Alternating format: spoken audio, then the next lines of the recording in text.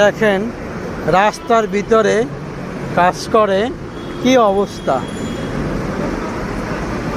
এর ভিতরে যদি মানুষ একটা পয়রা যায়, পাশে কোনো কিছু নাই, যদি এর ভিতরে রাত্রে অন্ধকারে অথবা বৃষ্টির ভিতরে বা অন্ধকারের ভিতরে যদি একটা মানুষ পড়ে যায় তখন কি অবস্থা হবে, বা পায়ে বাড়ি খায় একটা বাচ্চা পড়ে কি অবস্থা হবে।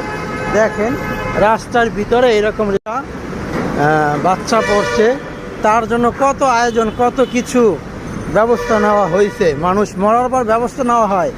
দেখেন এখানে যদি একটা মানুষ এই রডের উপরে বা পিলারের উপরে বা এর উপরে পড়ে তাহলে কি হবে। এটা ইপিজেড এলাকা, যে কোনো মুহূর্তে দুর্ঘটনা, যে কোনো মুহূর্তে গার্মেন্টস ছুরি হইলে লোক জামজট বেড়ে যায়, তখন কি অবস্থাটা হবে, মানুষটা কি বাঁচবে এই রডের উপরে পড়লে। দেখেন তো অথচ আমরা মানুষ মরে গেলে তার কদর বেড়ে যায়, কিন্তু জীবন থাকতে তার মূল্যায়ন করি না। দেখেন এটা হলো তার নমুনা। দেখেন এই হলো আমাদের চট্টগ্রাম পতেঙ্গা কাজীরগল্লি অথবা নারিকেলতলার অবস্থা কি ভয়াবহ।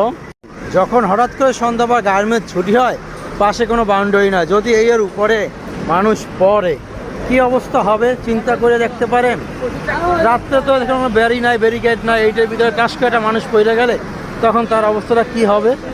দেখেন কত ভয়াবহ অবস্থা। মানুষ এগুলো আসলে চারপাশ ব্যারিকেড দিয়ে নেওয়া উচিত ছিল, তাহলেই ভালো হইতো। করে চারপাশে কোনো ব্যারিকেডই নাই, যে কোনো মুহূর্তে একটা বাচ্চা, একটা গাড়ি অথবা একটা গার্মেন্টস শ্রমিক মেয়েরা পড়ে যেতে পারে তাড়াহুড়া করে। এখানে ছুটি হইলে সেই রকম জাম থাকে, তাই যে কোনো মুহূর্তে দুর্ঘটনা হইতে পারে। তাই এই রিস্ক কে নেবে। আমরা একটা কাজ করার আগে তার ব্যবস্থা নিতে হবে যাতে কোনো সমস্যার সৃষ্টি না হয়। দেখেন এখানে সেরকম কোনো ব্যবস্থা গ্রহণ করে নাই, কিন্তু অবশ্য কাজ করতেছে। দেখেন কি বলবো, আমাদের দেশ কোথায় গেছে।